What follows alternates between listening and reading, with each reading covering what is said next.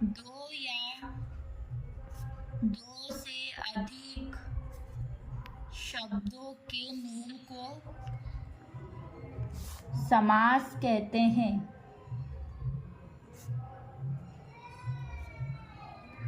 इसकी क्या परिभाषा होती है? समास की दो शब्दों का मेल क्या होता है? समास। अब होते हैं समास के भेद। समास के कितने भेद होते हैं? समास के होते हैं 6 भेद। कौन कौन से? अव्ययीभाव समास,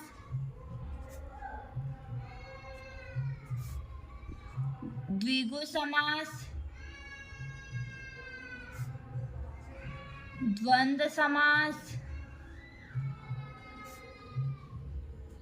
तत्पुरुष समास, कर्मधारय समास,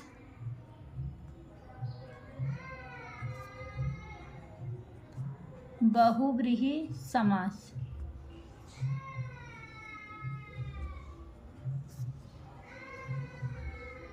अब हम पढ़ेंगे अव्ययी भाव समास के बारे में कि अव्ययी भाव समास होता क्या है। इस समास को सबसे समझने का आसान तरीका है कि जिस समास का पहला पद इसके नाम से पता चल रहा है अव्ययी भाव समास, मतलब इसमें अवयव आएगा।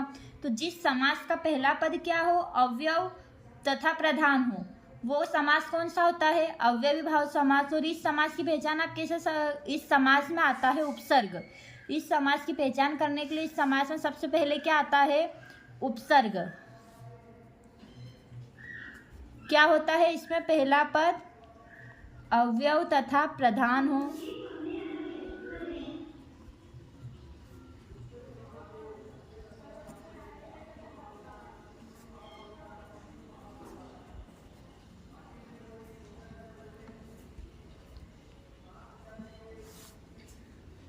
इसमें उपसर्ग जुड़ा होता है। इस समास की ये पहचान होती है। उदाहरण अपन ले लेते हैं इसके। देखो क्या है? प्रतिदिन। प्रतिदिन में देखो उपसर्ग क्या, इसमें क्या है? प्रति उपसर्ग। उपसर्ग आपने उपसर्ग क्या होता है? उपसर्ग भी अपन पढ़ेंगे। उपसर्ग होता है जो किसी शब्द के आगे लगते वो उपसर्ग। देखो ये क्या है? प्रति क्या है? उपसर्ग है। तो इस समास की पहचान रहती है प्रतिदिन। अब है आपका यथा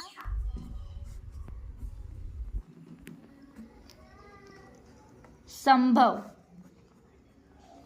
जैसा संभव हो। अनुरूप,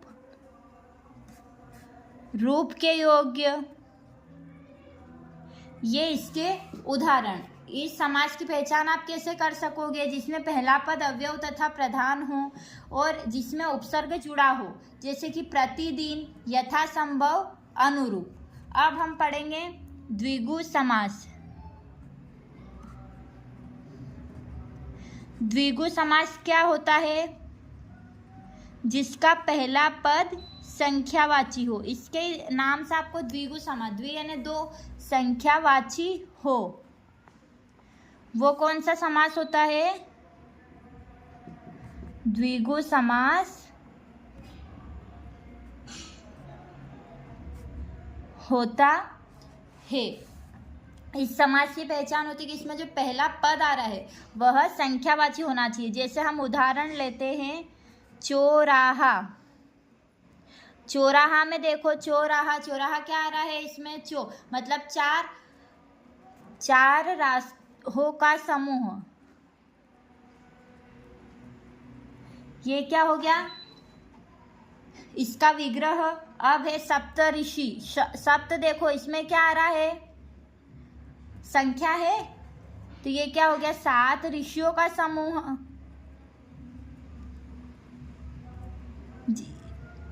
क्या होता है द्विगु समास? जिसका इसकी पहचान ये रहती है कि जिसका पहला पद क्या रहता है? संख्यावाची रहता है। वो समास कौन सा रहता है? द्विगु समास। अब है आपका द्वंद्व समास।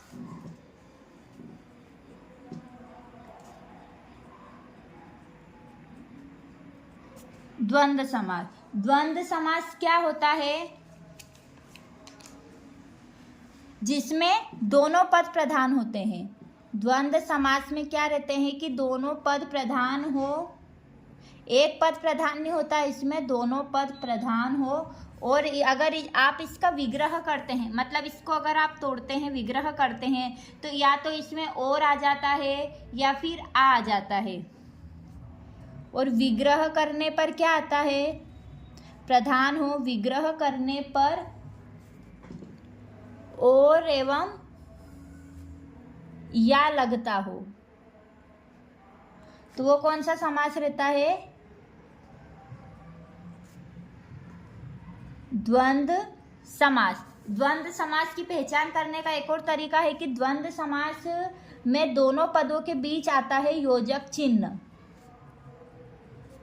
दोनों पदों के बीच क्या आता है, योजक चिन्ह आता है। योजक चिन्ह कौन सा चिन्ह होता है, ये वाला जो माइनस वाला चिन्ह रहता है, इसको क्या बोलते हैं, योजक चिन्ह आता है। इसका इसमें प्रयोग होता है योजक चिन्ह का, ये इस समास की पहचान रहती है। जैसे अपन उदाहरण ले लेते हैं इसके, माता पिता, देखो इसमें दोनों ही पद प्रधान है। माता पिता के बीच में इसमें क्या आ रहा है, योजक चिन्ह आ रहा है। और इसमें क्या रहता है, कई शब्द ऐसा आते विलोम शब्द, जैसे माता का पिता, भाई का बहन, ऐसे इस समास की यही पहचान होती है द्वंद्व समास की। तो देखो इसको क्या हो जाएगा, माता और पिता। आया समझ में। एक अपन ले लेते हैं भाई बहन, देखो विलोम शब्द भी इसकी पहचान है और ये बीच में योजक चिन्ह। इसका सबसे आसान तरीका ये है पहचानने का कि इसमें बीच में आता है योजक चिन्ह, भाई और बहन। आया समझ में ये वाला समास आपको। फिर आप ले लो उतार चढ़ाव, देखो इसमें भी योजक चिन्ह आ रहा है, उतरना और चढ़ना दोनों, तो उतार या चढ़ाव। आया समझ में। अब है आपका तत्पुरुष समास।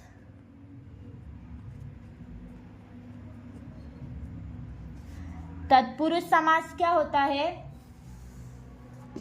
इसमें बाद का उत्तर, बाद का या उत्तर पद, जो बाद का पद रहता है ना, वो कौन सा पद रहता है, उत्तर पद, तो वो इसमें प्रधान होता है और इसमें कारक चिन्ह का प्रयोग होता है।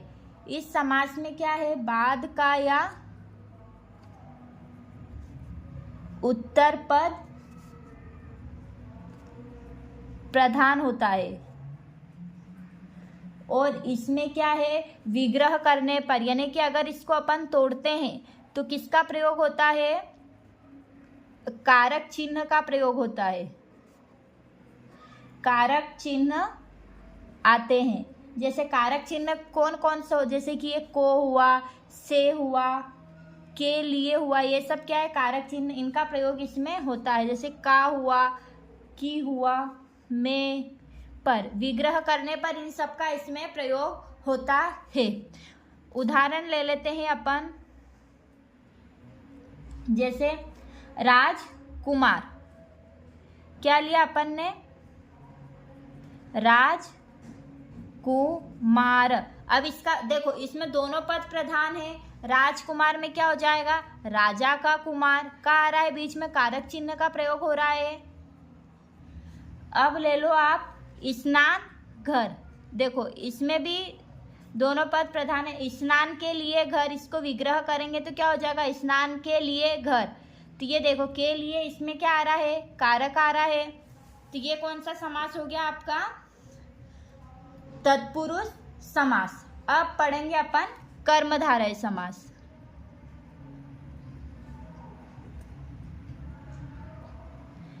कर्मधारय समास क्या होता है, जिसमें समस्त पद, उत्तर पद, इसमें जिसमें क्या रहता है, समस्त पद का, जो समस्त पद है, जिस समस्त पद का उत्तर पद प्रधान हो।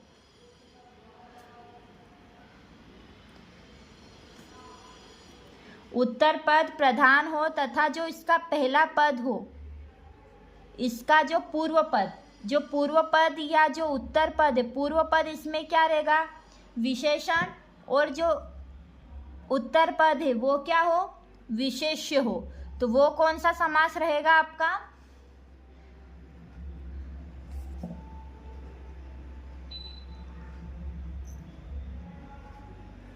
कर्मधारय समास।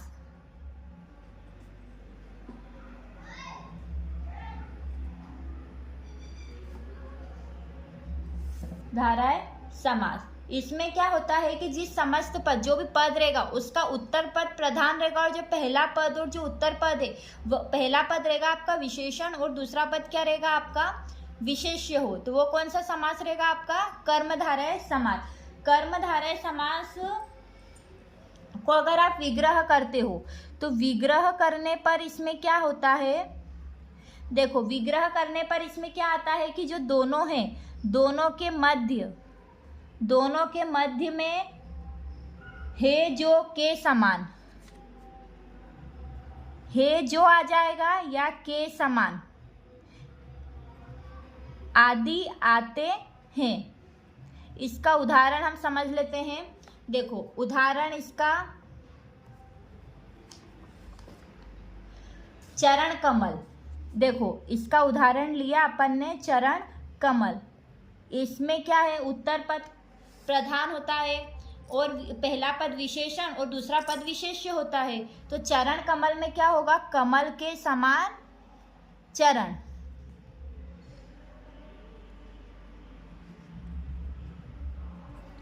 अब है आपका कमल नयन, कमल के समान नयन। देखो इसमें के समान आ रहा है विग्रह करने पर, तो ये कौन सा समास हुआ, कर्मधारय समास। अब हम पढ़ेंगे बहुव्रीहि समास।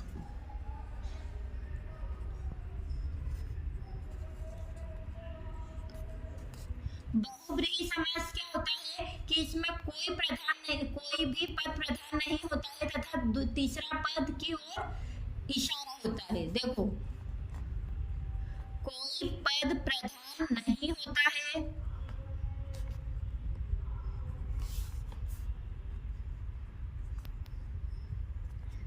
और जो दोनों पद मिलकर किसकी ओर इशारा करते हैं, तीसरे पद की ओर।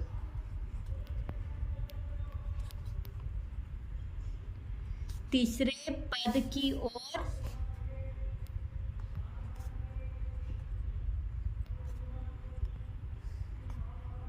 संकेत करते हैं। देखो इसके उदाहरण लेते हैं अपन, नीलकंठ।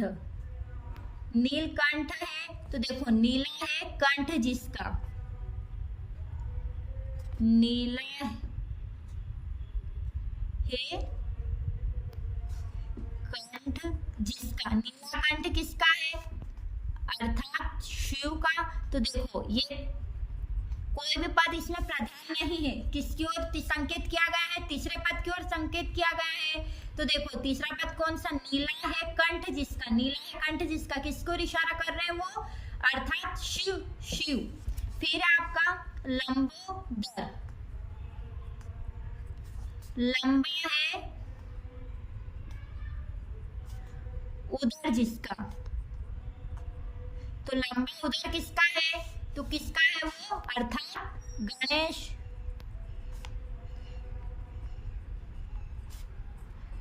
आया समझ में। इसमें भी देखो दोनों पद प्रधान नहीं है, दोनों पद मिलकर किसके तरफ संकेत कर रहे हैं, तीसरे पद की ओर। लंबा है उदर जिसका, अर्थात गणेश। ये अपन ने समास के बारे में पढ़ा। अगर आपको वीडियो पसंद आए तो वीडियो को लाइक शेयर सब्सक्राइब जरूर करें।